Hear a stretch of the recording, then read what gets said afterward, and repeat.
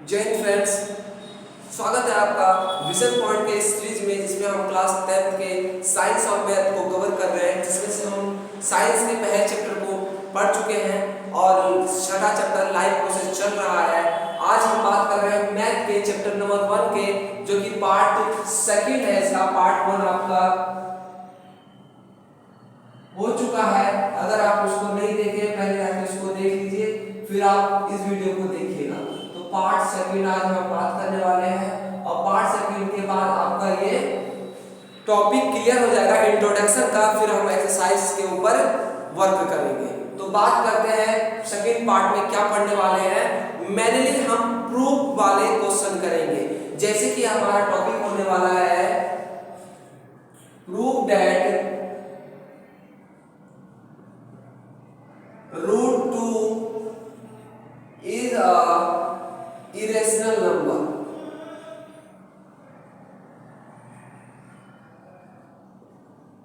हम ऐसे वाले टॉपिक को आज कवर करेंगे जिसमें आपके पेपर में 3 नंबर के जो क्वेश्चन आएंगे, 3 या 2 नंबर के जो क्वेश्चन आएंगे, ऐसे क्वेश्चन आएंगे प्रूफ करने वाले क्वेश्चन की प्रूफ करिए कि रूट के अंदर जो भी नंबर दिया जाएगा आपको उसको इरेशनल प्रूफ करना है। इरेशनल आपको पता है क्या होता है, जिसे आप p/q के फॉर्म में नहीं लिख सकते। क्यों? इसको हम लिख सकते हैं, इसको अगर हम लिखना चाहें तो √2 को कैसे लिखेंगे, रूट की पावर 1/2।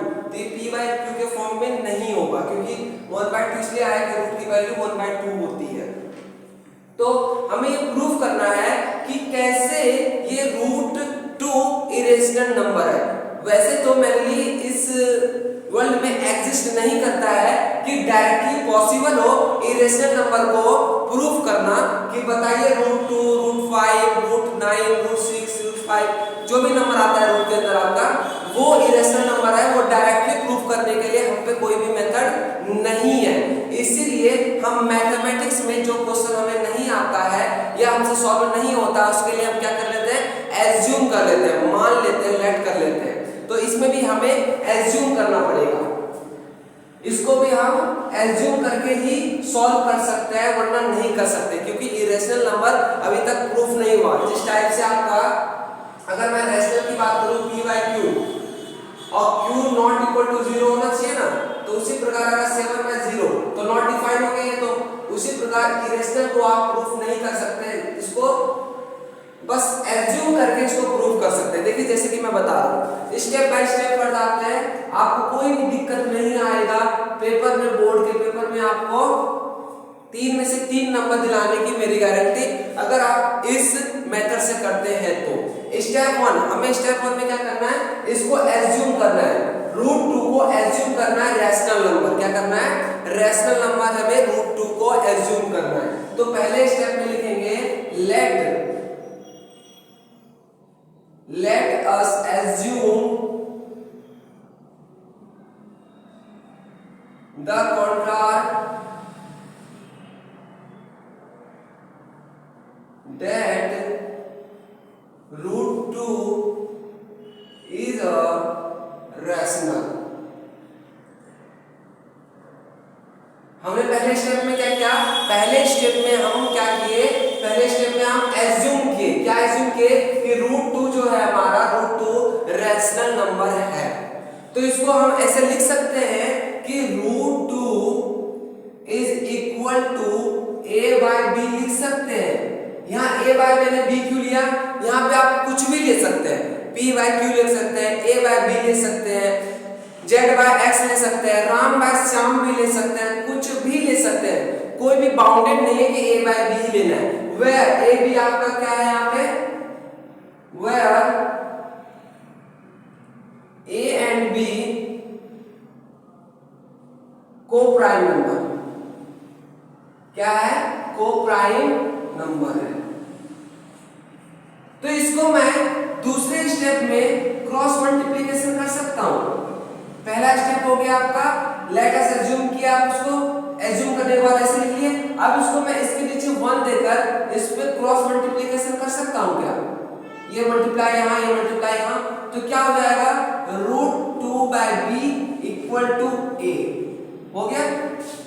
सॉल्व किया तो इसको, तो अब क्या करेंगे, सेकंड स्टेप में स्क्वायरिंग बोथ साइड, क्या करेंगे इसी में स्क्वायरिंग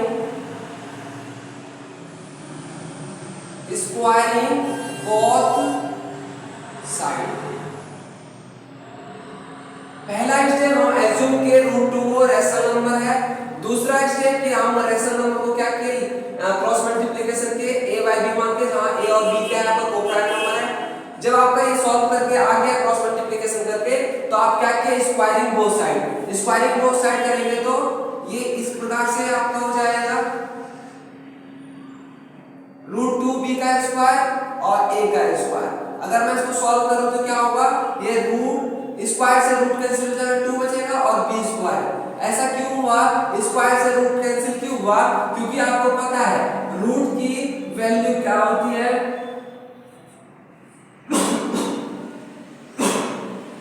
सॉरी रूट 2 की वैल्यू क्या होती है 1/2 होती है।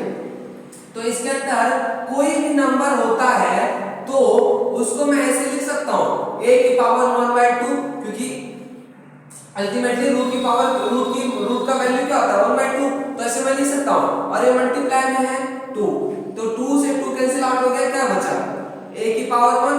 उसी प्रकार आपका रूट 2 है इसके अंदर, अगर मैं इसको ऐसे लिख दूं 2 से 2 कैंसिल आउट हो गया, आ गया 2, तो 2 यहां पे मैंने इसलिए लिख दिया और b square equal to the a square, ऐसा लिख सकता हूं मैं। स्क्वायरिंग बोथ साइड करने वाला ऐसा लिख सकता हूं। अब यहां पे क्या है, यहां पे अगर ये मल्टीप्लाई में है तो इधर जाएगा तो क्या होगा b square equal to a square by 2। तो यहां से मैं दो पॉइंट निकाल सकता हूं। पहला point a square is divisible by 2 बोल सकता हूं। a square is divisible by 2, a square जो है 2 से डिवाइड है, ऐसा बोल सकता हूं। ठीक उसी प्रकार से दूसरा ये बोल सकता हूं a is also divisible by 2, ये बोल सकता हूं। अगर यहां से स्क्वायर हटा दो a भी डिवाइड है 2 से, तो इसीलिए देखिए क्या हुआ यहाँ पे जब मैंने एज्यूम किया रेशनल नंबर, तो ये मैंने रूट 2 को क्या लिख दिया मैंने a बाय b। क्यों लिखा, क्योंकि रेशनल नंबर इसी फॉर्म में लिखा जाता है जहां पे a और b क्या है आपका कोप्राइम है। अब मैंने इसको क्रॉस मल्टीप्लिकेशन से सॉल्व किया, इसके बाद दूसरे स्टेप में क्या किया squaring both side. Squaring both side करने के बाद आपका आंसर आता है ये 2b square equal to a square. अब मैं इस 2 को इधर भेजा तो मुझे क्या निकल गया a स्क्वायर डिविजिबल बाय 2 और a is also divisible by 2। अब मैं ये तो डिवाइड हो गया, क्या मैं a की जगह पे a इक्वल टू 2c लिख सकता हूं। यहां पे c क्या है, c इज अ इंटीजर,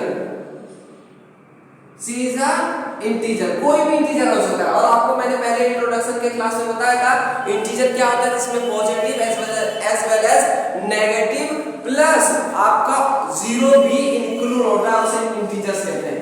तो मैं यहाँ पे लिख सकता हूँ a इक्वल टू 2c, और यहाँ पे 2 क्यों लिया, क्योंकि रूट में वैल्यू क्या दिया है 2 दिया हुआ है, इसलिए मैंने यहाँ पे इंटीजर के जगह पे क्या ले लिया c के जगह पे 2 ले लिया। अब ये इसकी वैल्यू, ये जो a की वैल्यू है, क्या मैं इसमें पुट कर सकता हूं, बिल्कुल कर सकता हूं। तो स्टेप थर्ड में क्या करेंगे, स्टेप थर्ड में आप इसको एज्यूम करेंगे a इक्वल टू 2c और c क्या है आपका कोई भी इंटीजर है, तो इसकी वैल्यू मैं इसमें पुट कर सकता हूं। इसीलिए क्या हो जाएगा 2b square equal to 2c का स्क्वायर लिख सकता हूं। इसको आप ऐसे सॉल्व करेंगे 2b स्क्वायर इक्वल टू ये 2 की पावर 2 4 जाएगा, c की पावर 2 c स्क्वायर, ये 2 से 2 कैंसिल आउट हो गया 2 आ गया, तो b square equal to 2c square. इसको मैं इधर लिख दूं 2c square equal to b square. बात देखिए। अब देखिए जिस टाइप से यहाँ पे मल्टीप्लाई होता है या डिवाइड में भेज दिए, इधर भी क्या होगा c square equal to b square upon में 2 कर दिया, तो यहाँ पे भी 2 पॉइंट निकलेगा। पहला b square is divisible by 2 b is also divisible by 2। मैं लिख सकता हूं कि बी स्क्वायर भी आपका क्या है, डिविजिबल बाय 2 है, और बी भी आपका क्या है, डिविजिबल बाय 2 है। तो यहां से आपका क्या निकल के आएगा, पहले यहां नोट डाउन कीजिए आप जल्दी से। देखिए यहां से मैं बोल सकता हूं कि ए और बी का कॉमन फैक्टर आ रहा है। क्या कॉमन फैक्टर आ रहा है, 2 कॉमन फैक्टर आ रहा है। इसीलिए आपका क्या आ रहा है, सो द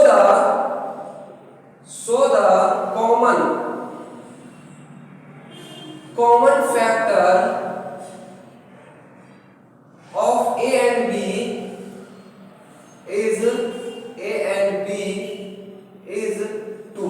बोल सकता हूं मैं कॉमन फैक्टर में क्या आ रहा है, 2 आ रहा है। So the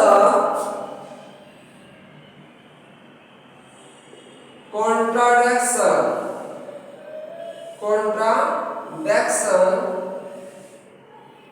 is arises because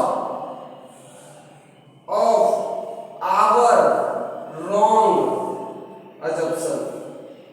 बोल सकता हूं मैं, क्यों बोल सकता हूं मैं ये, क्योंकि देखिए यहां पे क्या हो रहा है आपका, मैंने क्या किया यहां पे लेट अस अज्यूम किया, इरेशनल नंबर को मैंने √2 को क्या मान लिया, रेशनल मान लिया। रेशनल मानने के बाद मैंने क्या किया, √2 को a = a/b के फॉर्म में लिख दिया। क्यों, क्योंकि आप रेशनल नंबर a/p/q के फॉर्म में लिखते हैं जहां q ≠ 0 होता है। यहां पे a/b लिख दिया, वह a एंड b क्या है, कोप्राइम नंबर है। और इसको मैंने क्रॉस मल्टीप्लिकेशन का इस टाइप आया। सेकंड स्टेप में मैंने क्या किया, स्क्वायरिंग बोथ साइड। स्क्वायरिंग करने के बाद मेरे पास आंसर क्या आया, इसको मैंने जब इधर भेजा डिवाइड में तो मैंने लिखा a² is divisible by 2, a is also divisible by 2।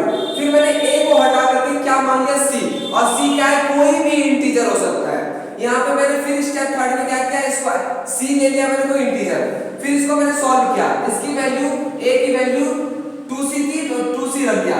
जब इसको सॉल्व किया तो आया आपका c² = b² 2, where b² is also divisible by 2 और b is also divisible by 2।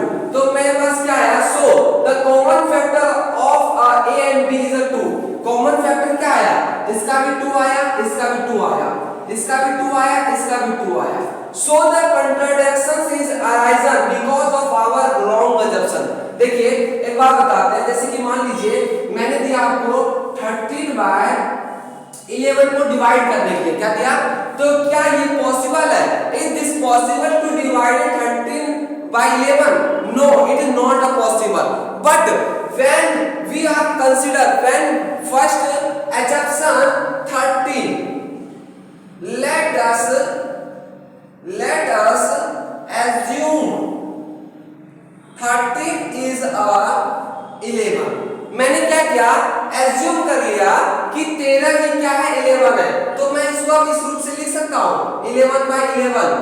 तो 11 कट गया तो 1 आया, लिख सकता हूं।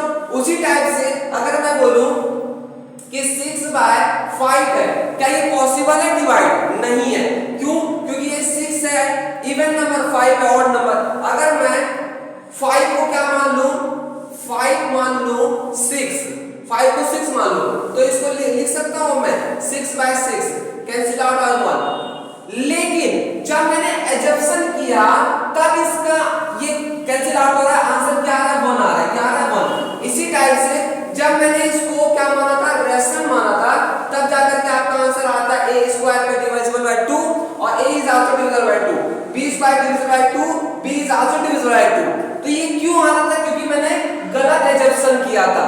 ठीक इसी प्रकार की ये जैसे पॉसिबल नहीं है डिवाइड होना, ठीक उसी प्रकार ये भी पॉसिबल नहीं है कि ये इरेशनल नंबर है। तो ये आपका क्या आया, आंसर आया। अगर आप इस टाइप से पेपर में करते हैं तो आपको 3 में से 3 नंबर पूरे मिलेंगे और बाद में लिख देंगे hence √2 is a irrational number, hence ये हो गया टॉपिक। ये टॉपिक बहुत ही मोस्ट इंपॉर्टेंट है, क्योंकि आपके पेपर में आएगा ही आएगा। एक क्वेश्चन आएगा, √2 का आ जाए, √3 का आ जाए, √5 का आ जाए, जो भी क्वेश्चन होगा ये आएगा। जल्दी से नोट डाउन कीजिए आप।